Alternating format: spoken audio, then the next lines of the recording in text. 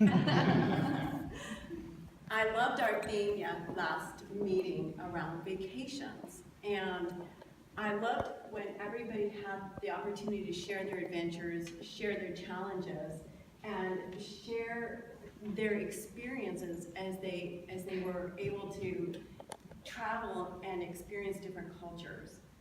Of course, I loved sharing my story about the Turks and Caicos and the black tip shark, you know, and how he was in my personal space and how my limbs were way too close to his mouth. But none of that is why vacations are so vital. In fact, Nate touched on that in our last meeting, and I wanted to expand on that today. And so, one of the things that is getting more and more popular is staycations, when people are actually staying at home for vacations.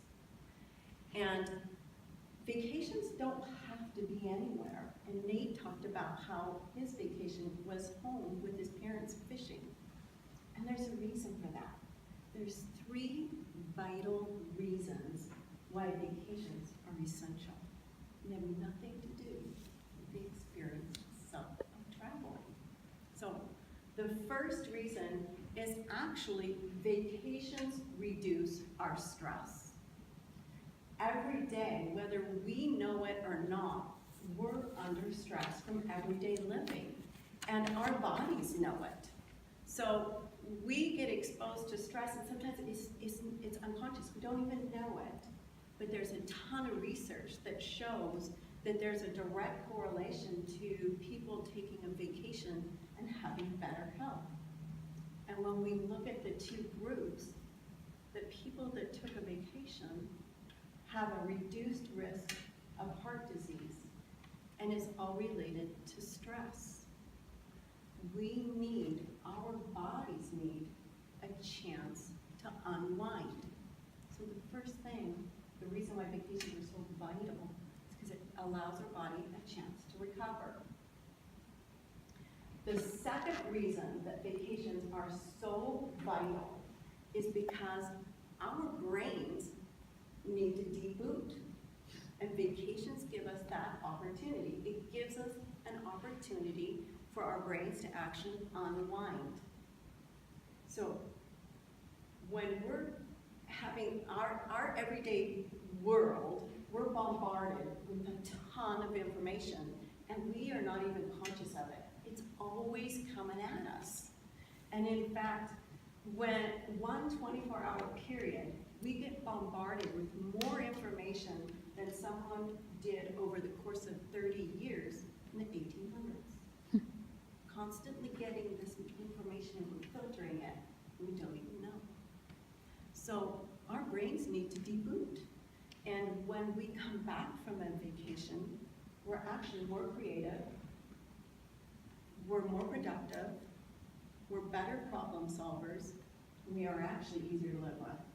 We get along better with people that we're working with and that we're around. So our brains have to deboot. That's number 2. And a lot of you guys don't know, but I teach business. One of the very first things I teach people to do is to take time off, especially before a big project, because I know they're going to come back and they're going to be more creative. They're going to be better problem solvers. It can make me look really smart. They took a vacation. So we have to deboot. That's number 2. The third is really around the quality of the life that we're creating. When we take a vacation, we're creating more happiness. And it's because it's giving us an opportunity to really slow down and sink in and unwind. We're giving ourselves that opportunity to really sink into our heart and create a better life. Soul searching happens on vacations. Are we creating the life we want? Are we creating the life we love? It's when we ask ourselves those kinds of questions, or the kind of questions that we ask when we're saying, if I die tomorrow, have I done what I wanted to do? Vacations slow us down and give us time to soul search. There's a bonus reason. It's my favorite. It's not vital, but it's my favorite, so you guys all get to hear it. When we take time for family vacations, we're actually growing family bonds.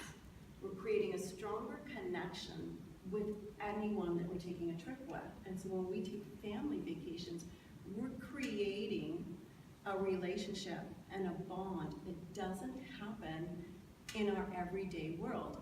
You know, how many of us have asked our teenagers what happened today, and we get nothing.